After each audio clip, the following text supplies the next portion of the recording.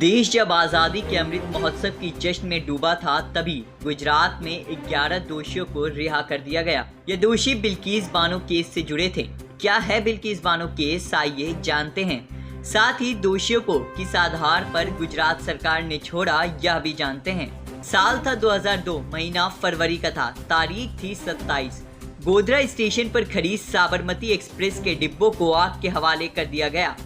Train की आग में आते ही डिब्बे में सवार 59 कार सेवकों की मौत हो गई, जिसके बाद धीरे धीरे यह आग गुजरात में फैलने लगी और दंगे का रूप ले लिया। इसी दंगे से बचने के लिए दाहोद से एक परिवार सुरक्षित जगह की तलाश में ट्रक पर सवार होकर निकल जाता है। ट्रक के राधिकापुर पहुंचते ही उसे घेर लिया जाता है और धर्म की रक्षा में जुटी एक भीड़ ने ट्रक पर सवार सभी को मार दिया। इसी ट्रक पर 19 साल की बिल्किस बानो भी मौजूद थी, जो 5 माह की गर्भवती भी थी और साथ ही उनके साथ एक 3 साल की बेटी थी, जिसे भीड़ ने बिल्किस के सामने ही मार डाला। इसके साथ बिल्किस के साथ एक नहीं बल्कि 11 लोगों ने गैंगरेप किया, जिसके बाद वह बेहोश हो गई। बेहोश देख भीड़ ने मरा हुआ समझकर छोड़ दिया। जब बिल्किस को होश आया तो वह अपने घर वालों की लाशों के बीच बिना कपड़ों की थी। बाद में बिल्किस ने इस मामले को लेकर स्थानीय पुलिस स्टेशन में शिकायत दर्ज कराई।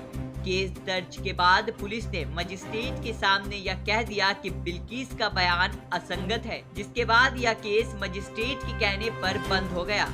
उसके 1 साल बाद बिल्किस ने राष्ट्रीय मानवाधिकार आयोग में अपील की व साथ ही सुप्रीम कोर्ट के दरवाजे भी खटखटाए, जिसके बाद सुप्रीम कोर्ट ने जांच सीबीआई को सौंप दी। बिल्किस को लगातार केस दायर करने के बाद धमकियां मिल रही थी, जिसके बाद बिल्किस फिर एक बार सुप्रीम कोर्ट पहुंची। बिल्किस ने दावा किया कि गुजरात न्यायालय में उन्हें इंसाफ मिलने की उम्मीद नहीं है। बिल्किस का आरोप था कि गुजरात के अधिकारी सहयोग नहीं कर रहे।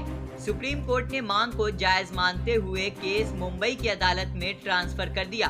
फिर साल 2008 में अदालत ने इस मामले में अपना फैसला सुनाया और 18 में से 11 को दोषी पाया और उम्र कैद की सजा सुनाई। सीबीआई ने इस मामले में हाई कोर्ट से अपील की और 3 दोषियों के फांसी की मांग की।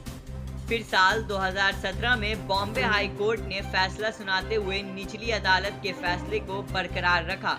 वहीं साल 2019 में सुप्रीम कोर्ट ने गुजरात सरकार को आदेश देते हुए बिल्किस बानो को 50,000 रुपए मुआवजे के तौर पर सरकारी नौकरी और घर मुहैया कराने के आदेश दिए। वहीं इस घटना के आरोपी राधेश्याम शाह ने सुप्रीम कोर्ट का रुख किया।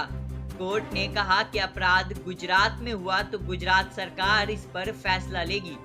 दरअसल राधेश्याम ने धारा 432 और 433 के तहत सजा माफ के लिए अपील की थी। इसके बाद गुजरात सरकार ने एक कमेटी बनाई, जिसमें सर्वसम्मति से दोषियों को रिहा करने को लेकर फैसला हुआ। बाद में गुजरात सरकार से सिफारिश हुई और सरकार ने सभी आरोपियों को रिहा कर दिया।